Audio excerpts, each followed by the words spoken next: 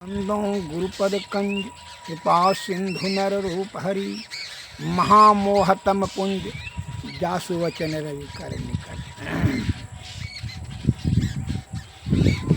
अघोषम अव्यंजनम अस्वरम च आतालु कंठोष्ट मानसिकम च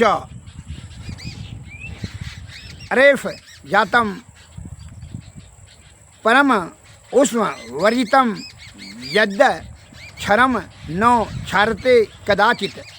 जो नाद रहित, व्यंजन रहित, स्वर रहित, तालु कंठ प्रभृति उच्चारण स्थान रहित, रेखा रहित और उष्म वर्ण रहित है, उसी को ब्रह्म कहकर जानो। इस मंत्र में परमात्मा को स्वर व्यंजन एक एवं उच्चारण स्थान से भी परे बतलाया जाता है, अर्थात परमात्मा वाणी का विषय नहीं है, वाणी से संबोधित नहीं किया जा सकता है। परमात्मा वह इंद्रियों के अतीत हैं और इंद्रियों के अधीन होकर के आप इंद्रियों में ढूंढने की बात सुन करके समझने की बात आप करते हैं।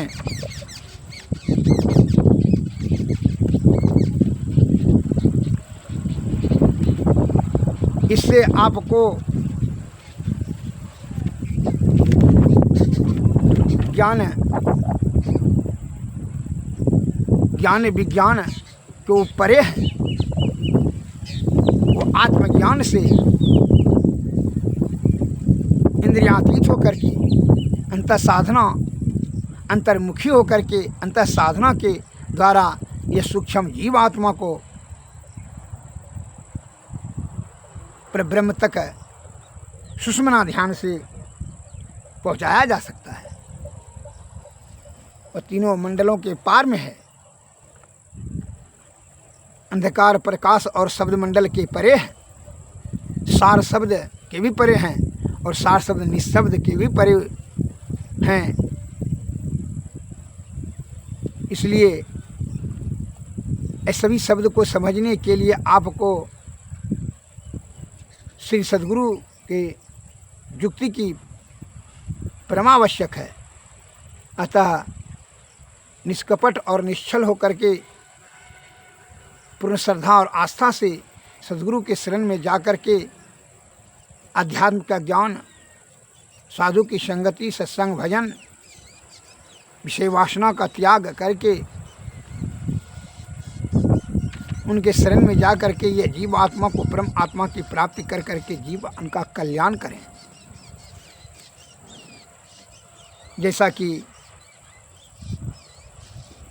राजा जनक ने किया था, वह अष्टावक्र महर्षि अष्टावक्र से ज्ञान प्राप्त करके उनकी ज्योति के सहारे वो अपने जीव आत्मा को परमात्मा का दर्शन किए थे। सही में उनका जब सुनते थे तो ज्ञान सुनने की जो था उनकी वह पूर्ण श्रद्धा और आस्था से दृढ़ संकल्प से सुनते थे, मन का त्याग करके पूर्ण बुद्धि और चित्त से श्रवण करते थे। एक बार जो है याज्ञवल्क्य जी आश्रम में जो है राजा जनक जी सत्संग सुनने के लिए जाया करते थे, तो सभी ऋषि मुनि और सभी जाया करते थे जो सत्संग प्रेमी थे याज्ञवल्क्य जी के आश्रम में। तो चले गए, लेकिन राजा जनक नहीं गए थे। तो ऋषि मुनि ने कहा, महात्मन प्रारंभ कीजिए सत्संग। कहा से सुनने उपदेश का जो अधिकारी है उसको आने दीजिए, जो को सत्संग सुनने, क्योंकि तो हम लोग जो आ गए हैं तो राजा है तो विशेष आप सम्मान देते हैं। तो ऐसी बात नहीं है, वह सुनने के में जो है सत्संग सुनने उपदेश का वह पूर्ण अधिकार है। वह पूरा जो है दृढ़ संकल्प होकर के सुनते हैं और बड़ी श्रद्धा है उनको पूर्ण यह जो है मन को नियंत्रित करके सुन करके वह अपने जीवन में अमल करते हैं।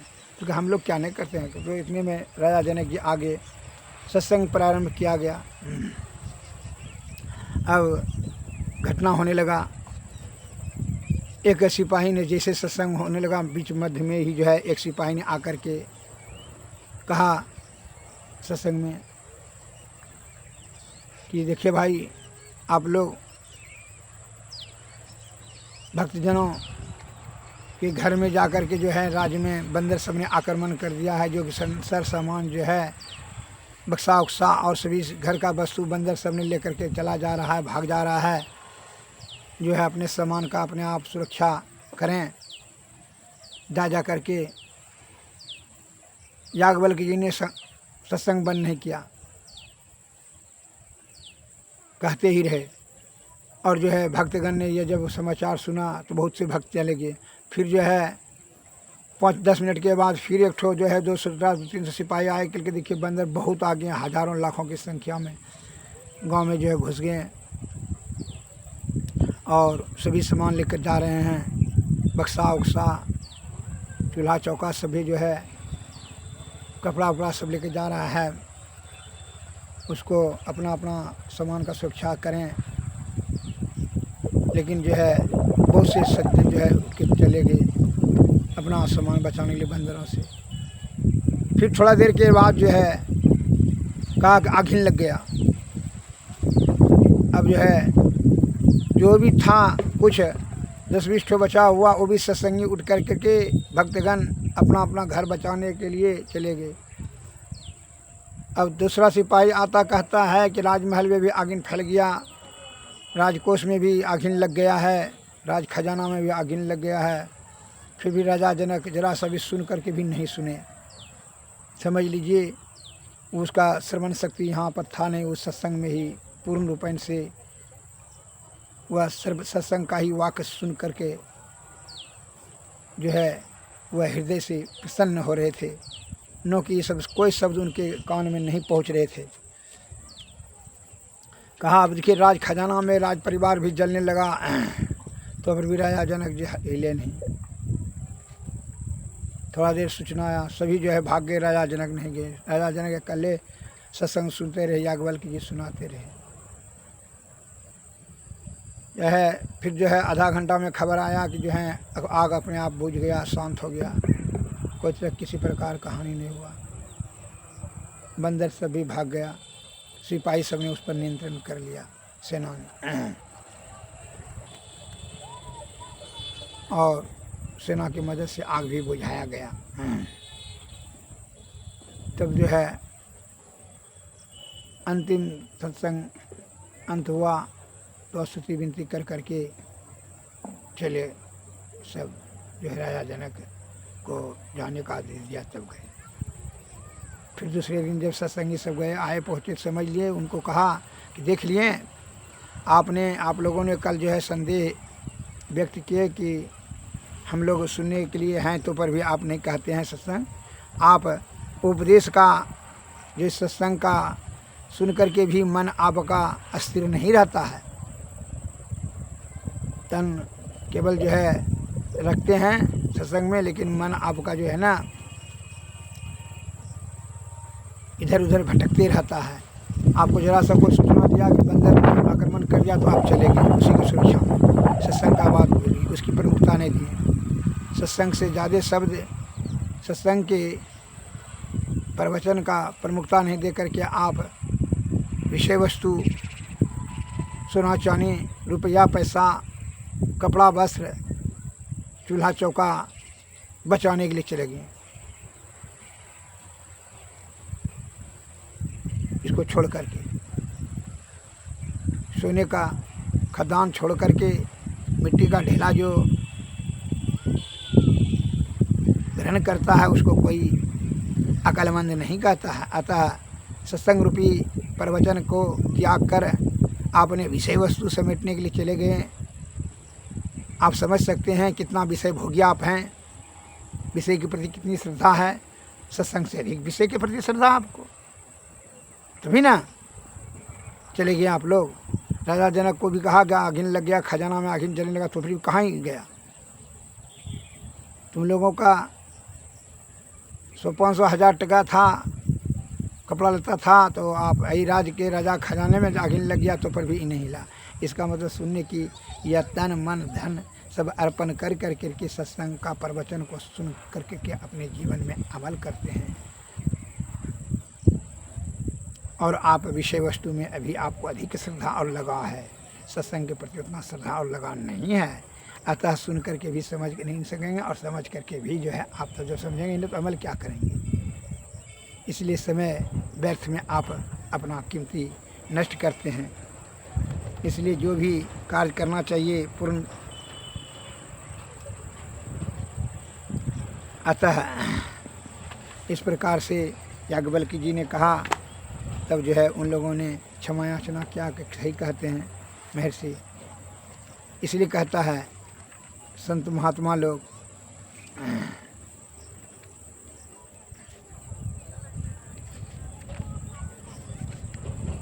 विषय वासना छुटत न मन से, नाहक नर बैराग करे, जल बिच मीन बजे बंसी में, जीव के कारण प्राण हरे, सो रस ना वस कियो न जोगी, नाहक इंद्रिय साधि मरे, मन वन में रहत मृगौन शिवासर, ना काहू के दोष करे, सो मुरली धुनि सुनन कारण, व्यादावान से प्राण हरे, नयन के कारण जरे पतिंगा, वारस पाय गजराज हरे, नासा करन भर मर नास भो, पाँचों रस ले पाँचों मरे, किन कोटि तीरथ तप पूजा, मुनि हो के ध्यान धरे, लक्ष्मी पतिता लगी लगी सब झूठे, जा लगी मन नहीं हाय हाथ करे, से वासना छूटत न मन से, नाहक नर वैराग्य करे।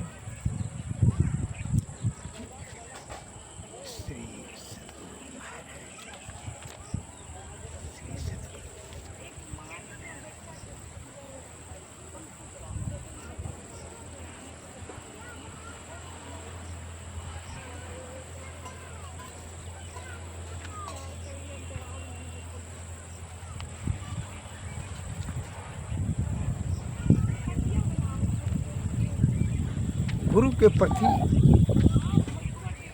बिना गुरु की कृपा पाए नहीं जीवन उधारा है, फंसी श्रुति आई यम फांसी, अयन सुधि अपनी नासी, भई भव सोग की वासी, कठिन जहाँ ते उधारा है, बिना गुरु की कृपा पाए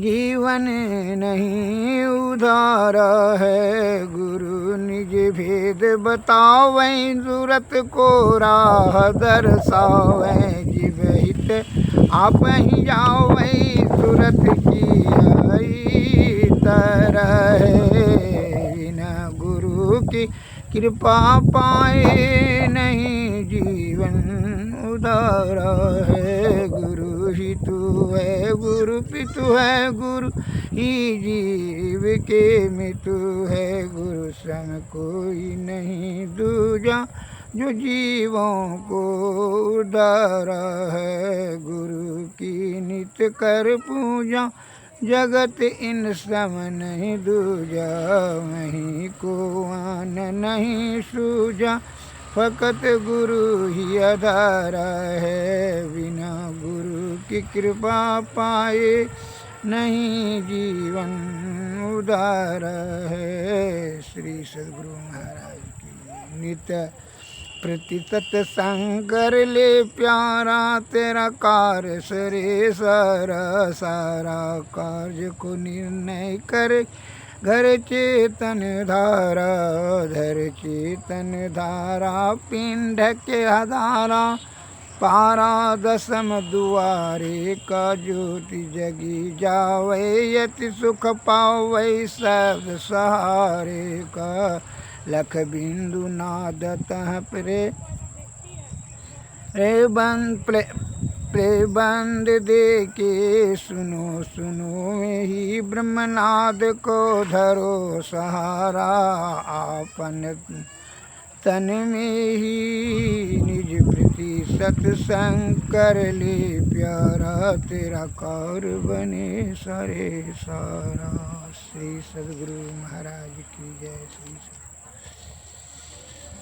इसलिए संत महात्मा लोग कहते हैं गुरु की जो है कृपा से ही आप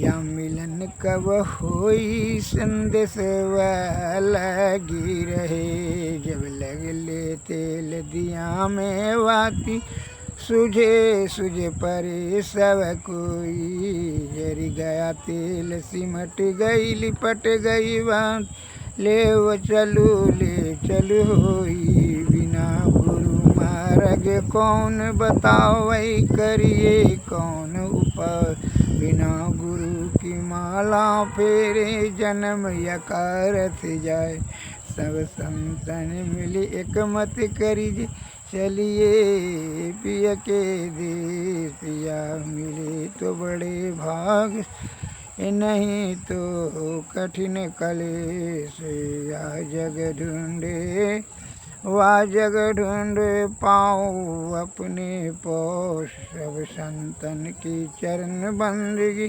गावे दुल्हन दास।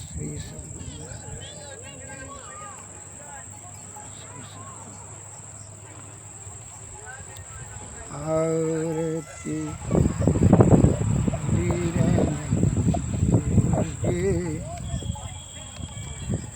दृष्टि जुगल कर सन मुख दीजी चमकई बिंदु सूक्ष्म यतियो जल ब्रह्म की ज्योति अनुपम खलीजी जगमग जगमग रूप ब्रह्मंडा निरखी ज्योति शब्द सूरत याभ्यास सरल तर करी करी सार शब्द सूरत याभ्यास सरल तर करी करी सार ऐसी जुगति कया गढ़ भव ब्रह्म भेद सकल खंडन यारति निर्मल करिमे अमृत